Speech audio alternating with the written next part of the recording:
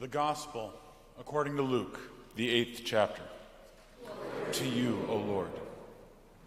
Then Jesus and his disciples arrived at the country of the Gerasenes, which is opposite Galilee. As he stepped out on land, a man of the city who had demons met him. For a long time he had worn no clothes, and he did not live in a house, but in the tombs. When he saw Jesus, he fell down before him and shouted at the top of his voice, "What have you to do with me, Jesus, Son of the Most High God? I beg you, do not torture me." For Jesus had commanded the unclean spirit to come out of the man. For many times it had seized him. He was kept under guard and bound with chains and shackles. But he'd break the bonds and be driven by the demon into the wilds.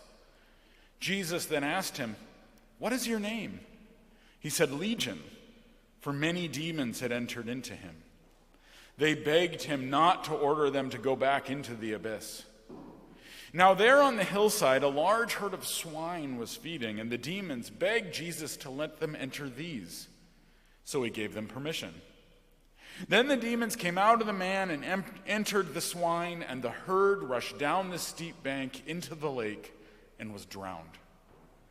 When the swineherds saw what had happened, they ran off and told it in the city and in the country. Then people came out to see what had happened. And when they came to Jesus, they found the man from whom the demons had gone sitting at the feet of Jesus, clothed and in his right mind, and they were afraid. Those who'd seen it told them how the one who had been possessed by demons had been healed.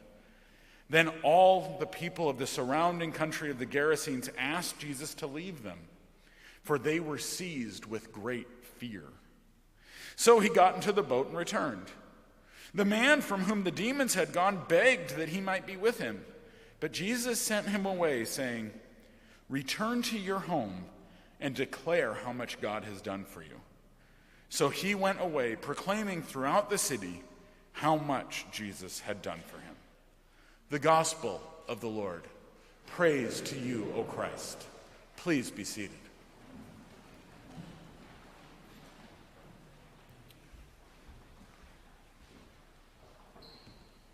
For our reflection today, I'd like to focus on just one verse from this very familiar reading. The verse is, "Then people came out to see what had happened. And when they came to Jesus, they found the man whom the demons had gone sitting at the feet of Jesus, clothed in his right mind, and they were afraid." Today, in our Gospel of the Gerasene demoniac, I'd like to focus on the reaction of the people in that city. Because after the scene is over, they beg Jesus to leave, and Jesus does. What I want to focus on is why. Why do they want Jesus to leave? What's going on here? If you're a careful reader of the Gospels, you're actually pretty accustomed to Jesus' miracles not being received all that well by the community. For the most part, Jesus' miracles and exorcisms do not lead to the making of disciples. Jesus calls a lot of disciples, Jesus does a lot of miracles, but the two things are rarely together. Usually the response to a miracle is confusion. Sometimes it's translated as amazed. You could equally translate it as confounded. They're confused, they're at a loss, except for this one. That's not the language. They're not confused. Here it says, "and they were afraid." This is very unusual, and I'd like to dwell on that today because I think it's very significant. What is the story with this fear? Most commentators, I will tell you, believe that the fear component has to do with the pigs. This is because it's such a bizarre story where Jesus allows Legion, these demons, to enter this herd of pigs, and then the pigs run into the sea and are all drowned. Most then understand the people in town afraid due to this economic loss. The Gospel of Mark says there were 2,000 pigs there. But then, of course, it's even further. Were they afraid just for the economic loss, or was there its consequence? Was this herd of pigs actually owned by the people of this town, or was it owned by some powerful person? It has been particularly noted, for example, that I don't know if you ever stopped and wondered, what are pigs doing in Palestine? And they're called legion, that maybe it's the Roman army who is forcing them to grow them for them. And so now they're really afraid? Maybe. And I think it's very possible, at least partially true, that's where some of the fear comes. But I think we miss something from that meaning. I think there's more. And I think you find it if you look carefully at where does this fear begin? And it's our theme verse, first time it's brought up. Then people came out to see what had happened. And when they came to Jesus, they found the man from whom the demons had gone, sitting at the feet of Jesus, clothed in his right minds, and they were afraid. So when did they become afraid? It doesn't say they were afraid after the pigs ran into the sea. It doesn't even say they were afraid after the swineherds came and told everybody what happened. They become afraid when they go out to see what's happened, and they found the man from whom the demons had gone sitting at the feet of Jesus, clothed and in his right mind. That's where the fear begins. What might cause that? Why would seeing this person clothed in his right mind, sitting at the feet of Jesus, cause fear? Well, it doesn't exactly say, but I wonder if we do a little bit of imagination, if we can find some clues. Are they really afraid because they see this transformation? They see how much is going to change, not just for this person, but for them. See, I wonder if there's something going on here about what it means to welcome the marginalized. Because if you read carefully, this person is a very marginal figure, and you don't see the picture of this person living out in the tombs as someone who's been driven out of town. It's in fact the opposite. The people of the city were attending to him. It says he was so violent that they tried to put shackles on him. It might not have been the best care in the world, but I do think they were trying, because if you read it, it says that he would break those shackles and then the unclean spirits would drive him out into the wilderness. Well, obviously they didn't want that. If they wanted him to just not be their problem, they would have just let that happen. Instead, they did try to make this person, as much as possible, part of their community. It was the whole point of keeping him there with these shackles and chains. So now, Jesus heals this person. This person who was on the margins is now going to be brought forward into the community, and they become afraid. Well, why? Why would that be such a problem? I mean, the knee-jerk reaction is, of course, prejudice. That is to say, they were fine with taking care of this person so long as he was out there and not in here, so long as he wasn't coming to our house for dinner. It's possible, but I'm not sure that's true. Because wouldn't they want this person to be healthy and in his right mind? I would say yes, they would want that. But they're afraid. There's something bigger going on here. Maybe this fear isn't about this person from being possessed with demons to being in his right mind at all. Maybe it was a different transformation. There's a detail here we read really fast because it doesn't seem significant, but it actually might be the most significant of all. They found the man from whom the demons had gone sitting at the feet of Jesus, clothed and in his right mind. Maybe the transformation that they become afraid of doesn't have anything to do with these demons or becoming emotionally healthy, but instead his becoming spiritually healthy, sitting at the feet of Jesus.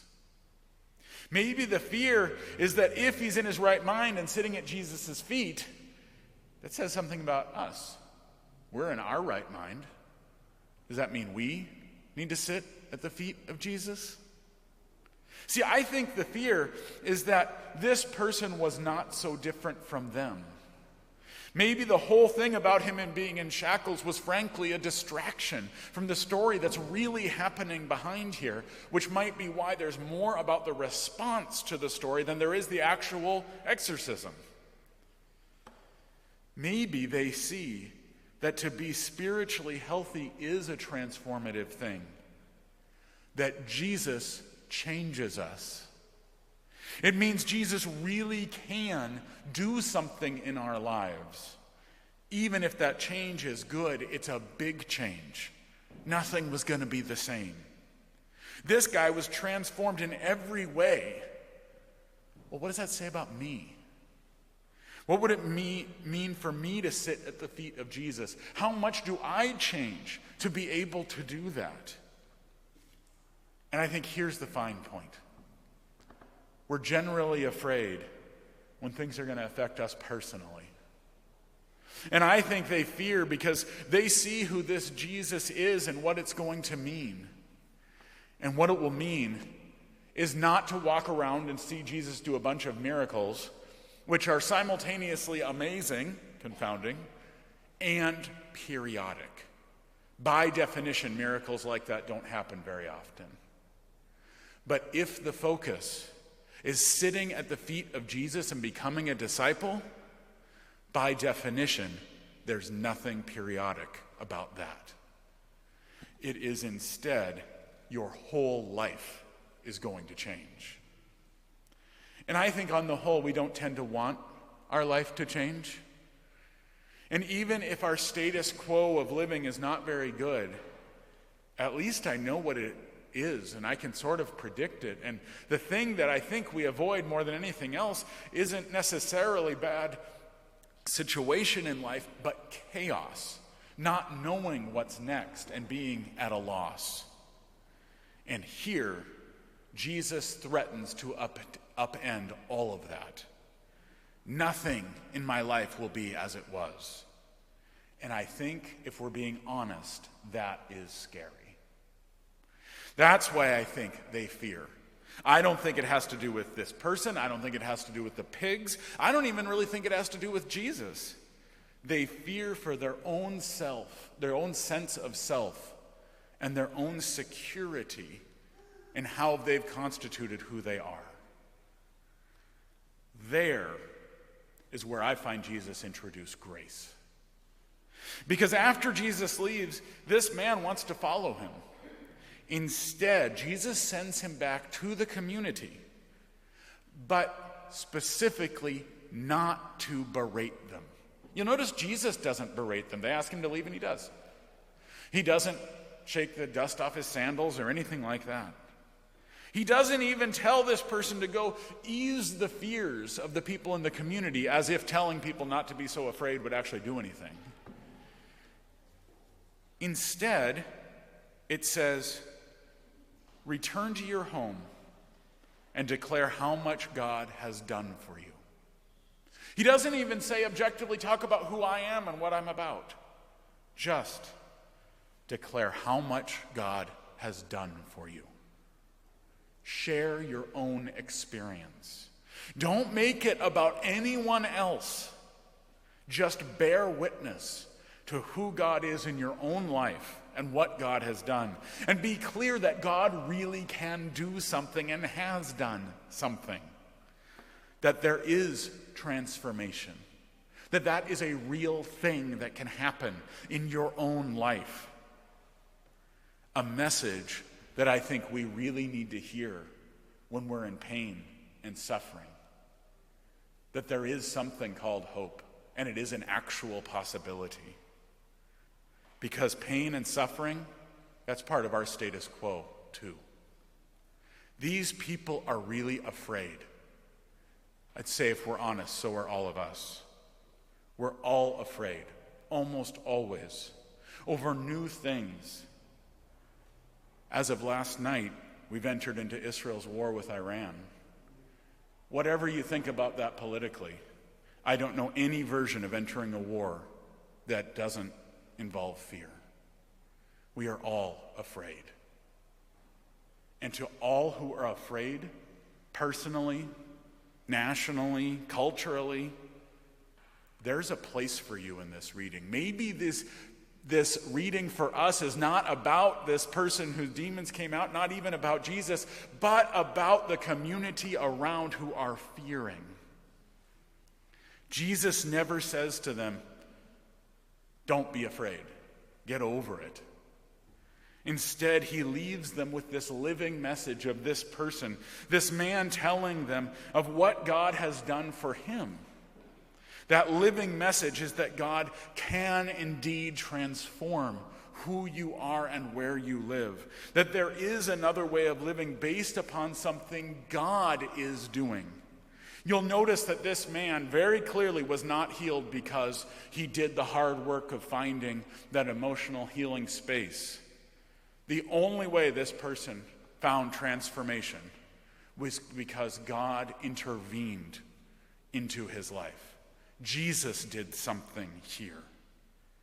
This is something God really does. That God really does work for you. That's the witness this person is bringing. That God can transform us in the midst of pain and fear into sitting at Jesus' feet.